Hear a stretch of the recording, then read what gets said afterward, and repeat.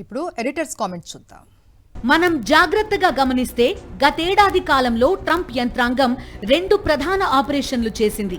ఒకటి, Venezuela president Nicholas మదురోను రాత్రికి రాత్రే రైడ్ చేసి పట్టుకోవడం.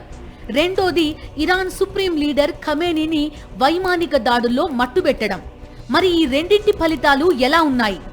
వెనెజువెలాలో మదురో పోయాక డెల్సీ రోడ్రిగ్స్ అధికారంలోకి వచ్చారు. ఆమె అమెరికాతో సహకరించడానికి మొగ్గు చూపుతున్నారు. అంటే అక్కడ వ్యూహం పారింది. కానీ ఇరాన్ ఖమేనీ మరణం తర్వాత అక్కడ పరిస్థితులు శాంతించలేదు సరిగదా. అమెరికాపై కక్ష 10 పెరిగింది. కొత్తగా వచ్చిన నాయకులు మరింత కఠినమైన హార్డ్ లైనర్స్. వీరు చర్చలకు కాకుండా ఏకంగా యుద్ధానికే సై అంటున్నారు. అంటే ఒకే వ్యూహం 2 చోట్ల 2 రకాల ఫలితాలను ఇచ్చింది. ఎందుకు? అసలు సమస్య ఎక్కడ వస్తుందంటే, ఉగ్రవాద ముఠాలను అణచివేసే టార్గెటెడ్ స్ట్రైక్స్ ని దేశాల మీద ప్రయోగించడమే అతిపెద్ద తప్పు. రాజకీయ శాస్త్రవేత్త జెన్నా జోర్డన్ చెప్పినట్టు, చిన్న ఉగ్రవాద ముఠాలకు డీప్ బెంచ్ ఉండదు. అంటే ఒక నాయకుడు చనిపోతే ఆ స్థానాన్ని భర్తీ చేసే సమర్థులు ఉండరు. ఉదాహరణకు 1972 మ్యూనిచ్ ఒలింపిక్స్ దాడికి కారణమైన బ్లాక్ సెప్టెంబర్ ముఠాను ఇజ్రాయిల్ ఇలాగే ఏరిపారేసింది. ఇక హమాస్, ఐసిస్ లేదా ఒక దేశం విషయానికి వస్తే కథ వేరు. వీటికి పక్కా బ్యూరోక్రసీ, భావజాలం, ఆర్థిక వ్యవస్థ ఉంటుంది. ఇరాన్ లాంటి దేశాల్లో సక్సెషన్ ప్లాన్స్ ఉంటాయి. ఒక నాయకుడు చనిపోతే మరొకరు సిద్ధంగా ఉంటారు. ఇక్కడ నాయకుడి కంటే ఆ వ్యవస్థ బలమైంది. తల నరికినంత మాత్రాన మొండెం పడిపోదు. ఒకవేళ ఈ డీక్యాపిటేషన్ స్ట్రైక్ సక్సెస్ అయి ఆ దేశ ప్రభుత్వం పూర్తిగా కూలిపోతే ఏమవుతుంది?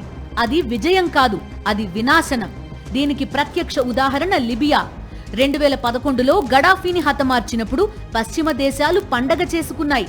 కానీ ఈ రోజు లిబియా ఏమైంది? అక్కడ ప్రజాస్వామ్యం లేదు. ఆ దేశం డజన్ల కొద్దీ సాయుధ ముఠాల అడ్డాగా మారింది. వీధుల్లో బహిరంగంగా బానిసల అమ్మకాలు జరిగే స్థాయికి దిగజారిపోయింది. ఇప్పుడు ఇరాన్ విషయంలో కూడా ఇదే భయం. ఖమేనీ లాంటి ఒక కేంద్రీకృత శక్తిని తొలగిస్తే ఇరాన్లోని వివిధ సైనిక విభాగాలు ఎవరికి వారు స్వతంత్రంగా మారి మధ్య ప్రాచ్యం అంతటా నియంత్రణ లేని హింసను సృష్టించే ప్రమాదం ఉంది. రాజకీయ శాస్త్రవేత్త జెన్నా జోర్డన్ చెప్పినట్టు, బ్యూరోక్రాటిక్ నిర్మాణం ఉన్న వ్యవస్థల్లో నాయకుణ్ణి చంపి అణచలేము. గత 30 ఏళ్లలో ఇజ్రాయిల్ ఎందరో అగ్రశ్రేణి హమాస్, ఐసిస్ నాయకులను హతమార్చింది. కానీ ఆ సంస్థలు బలహీనపడలేదు.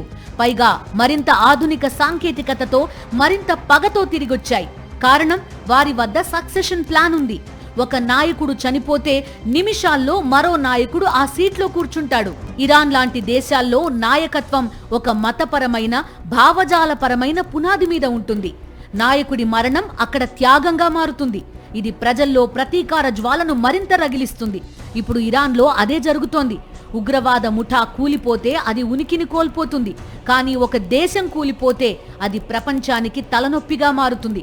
ఒక విప్లవం రావాలన్నా లేదా ప్రభుత్వం మారాలన్నా కేవలం ఒక బాంబు లేదా క్షిపణి దాడి సరిపోదు. అక్కడ స్థానిక సైన్యం, కీలకమైన ఎలైట్ వర్గాలు బయటి వారికి మద్దతివ్వాలి. అమెరికా ఏమనుకుందంటే, ఖమేనీని చంపితే ప్రజలు రోడ్ల మీదకి వచ్చి తిరుగుబాటు చేస్తారని.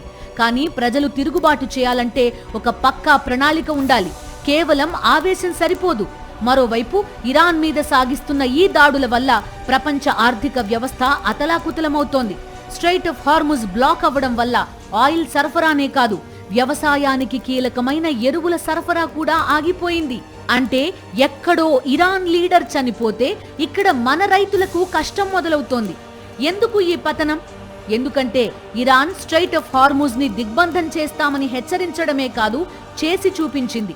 ప్రపంచంలో సరఫరా అయ్యే ముడి చమురులో 20% ఇక్కడి నుంచే వెళ్తుంది. ఈ మార్గం మూతపడితే ప్రపంచ వ్యాప్తంగా పెట్రోల్, డీజిల్ ధరలు ఆకాశాన్ని తాకుతాయి. ఆ భయమే మార్కెట్లను ముంచేసింది. ఇక్కడ మనం ఒక కీలకమైన అంశాన్ని గమనించాలి. ఇరాన్ కేవలం చమురు దేశం మాత్రమే కాదు, ప్రపంచ ఎరువుల మార్కెట్లో కీలక భాగస్వామి. ముఖ్యంగా యూరియా తయారీకి అవసరమైన సహజ వాయువు ఇరాన్ వద్ద పుష్కలంగా ఉంది. వ్యవసాయ ఆధారిత దేశాలైన భారత్, బ్రెజిల్ తమ ఎరువుల అవసరాల కోసం మధ్యప్రాచ్యంపైనే ఆధారపడతాయి.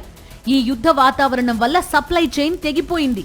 ఇప్పటికే ఆహార భద్రత లేని ఆఫ్రికా దేశాల్లో ఎరువుల కొరత వల్ల పంట దిగుబడి పడిపోయే ప్రమాదం ఏర్పడింది. దీనివల్ల ప్రపంచవ్యాప్తంగా ఆహార ధాన్యాల ధరలు పెరిగిపోయి పేద దేశాలు ఆకలితో అలమటించే పరిస్థితి వస్తుంది. ఎరువులు లేకపోతే పంటలు పండవు, పంటలు పండకపోతే ప్రపంచవ్యాప్తంగా ఆహార సంక్షోభం తప్పదు.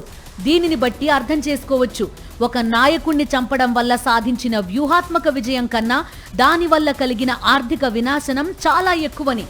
అంతటితో ఆగలేదు, మన దేశంలో సెన్సెక్స్, నిఫ్టీ కుప్పకూలుతున్నాయి. ఇరాన్ ప్రతీకార చర్యలకు దిగుతుందన్న భయంతో అమెరికా డోజోన్స్, నాస్డాక్ భారీగా పతనమయ్యాయి. అమెరికా రక్షణ రంగ కంపెనీల షేర్లు పెరిగిన టెక్, రిటైల్ రంగాలు కుప్పకూలాయి.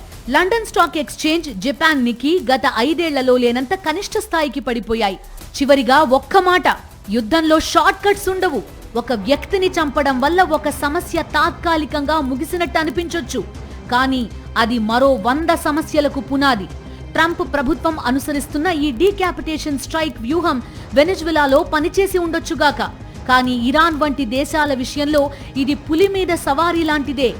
నాయకత్వాన్ని మార్చడం కాదు, దేశాల మధ్య ఉన్న వైషమ్యాలను పరిష్కరించే దౌత్యం వైపు మొగ్గు చూపకపోతే ఈ టార్గెటెడ్ స్ట్రైక్స్ ప్రపంచాన్ని మరో మహాయుద్ధం వైపు నెట్టే ప్రమాదం ఉంది. ఇది ఇవాల్టి ఎడిటర్స్ కామెంట్.